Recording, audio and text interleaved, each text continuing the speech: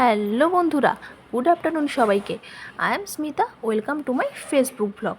প্রচণ্ড গরম পড়েছে, আর এই গরমে ঠান্ডা ঠান্ডা শরবত খেতে কার না ভালো লাগে। আর সেই জন্য আমি তোমাদের কাছে আজকে নিয়ে চলে এলাম কাঁচা আম পোড়ার শরবত। তো চলো কীভাবে বানাই সেটাই তোমাদের সাথে আজ শেয়ার করব। প্রথমে আমি গাছ থেকে বেশ কয়েকটা আম পেড়ে নিয়েছিলাম, দেন আমগুলোকে একটা জালের সাহায্যে লো ফ্লেমে পুড়িয়ে নিয়েছিলাম। আমগুলো প্রচণ্ড গরম ছিল, তাই যতক্ষণ না আমগুলো ঠান্ডা হচ্ছে ততক্ষণ আমি এদিকে বাকি জিনিসগুলো রেডি করে নিয়েছিলাম। তো এখানে আমি বেশ কিছুটা পুদিনা পাতা নিয়েছিলাম, কয়েকটা পাতা আমি এভাবে কেটে নিয়েছিলাম ডেকোরেশনের জন্য। এবার আমি শরবতটা বানানোর জন্য একটা মশলা রেডি করব। সেই মশলার জন্য আমার লাগছে এখানে কিছুটা জিরে আর একটা গোটা শুকনো লঙ্কা। মশলাটা ভাজা কমপ্লিট হয়ে গেছে, দেন আমি এটা ঠান্ডা করার জন্য রেখে দেবো। এদিকে আমগুলো অলমোস্ট ঠান্ডা হয়ে গেছে, এবার আমি হাত দিয়ে চটকে সব পাল্পগুলো বের করে নেব। বাট তোমরা যদি চাও এটা কিন্তু গ্রেটার দিয়েও করতে পারো।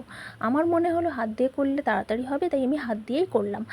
তো অলমোস্ট আমার সব পাল্প বের করা হয়ে গেছে। দেন আমি একটা মিক্সার গ্রাইন্ডারে কিছুটা পুদিনা পাতা, 2 চামচ বিট লবণ, 1 কাপ চিনি আর 1 চামচ ওই ভাজা মশলাটা দিলাম, আর বাকি যে আমের পাল্পটা আমি রেখেছিলাম পুরোটাই দিয়ে দিলাম। এই শরবতে সবথেকে যেটা আমার বেশি ভালো লাগে সেটা হলো আম পোড়ার যে স্মোকি ফ্লেভারটা সেটা। সো ফাইনালি আমার আমের পাল্পটা পুরোপুরিভাবে রেডি হয়ে গেছে। এবার শুধু এটা সার্ভ করার পালা। এবার তোমরা যদি চাও এটার মধ্যে বেশ কিছুটা আইস কিউব দিতে পারো, বাট আমি চিল ঠান্ডা জল দিয়েছিলাম সেই কারণে আইস কিউব দিইনি। এবার নুন মিষ্টিটা তোমরা একটু দেখে নিও, তোমাদের মতো করে তোমরা দিয়ে নিও। আমার তো পুরোপুরি পারফেক্ট ছিল, সেই কারণে আমি আর কিছু দিইনি। আচ্ছা, এবার আমি একটা গ্লাসের মুখের মধ্যে একটু লেবু মাখিয়ে নেব। দেন ওই গ্লাসটাকে ওই নুনের মিশ্রণের মধ্যে এদিক ওদিক মাখিয়ে এবার ওর মধ্যে আমি শরবতটা সার্ভ করব।